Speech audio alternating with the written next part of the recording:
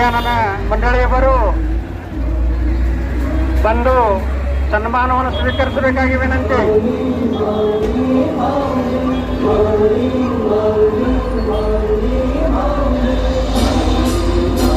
ಅಪ್ಪ ಸಾಹೇಬ್ ಪುಟ್ಟಪೇಟೆ ಅಭಿಮಾನಿ ಬಳಗದ ವತಿಯಿಂದ ಎಲ್ಲ ಗಜಾನನ ತರುಣ ಮಂಡಳಿಗಳಿಗೆ ಆರ್ಥಿಕವಾದ ಒಂದು ಸ್ವಾಗತ. ಗಜಾನನ ತರುಣ ಮಂಡಳಿಯ ಅಧ್ಯಕ್ಷರು ವೇದಿಕೆಗೆ ಬಂದು ಒಂದು ಸನ್ಮಾನವನ್ನು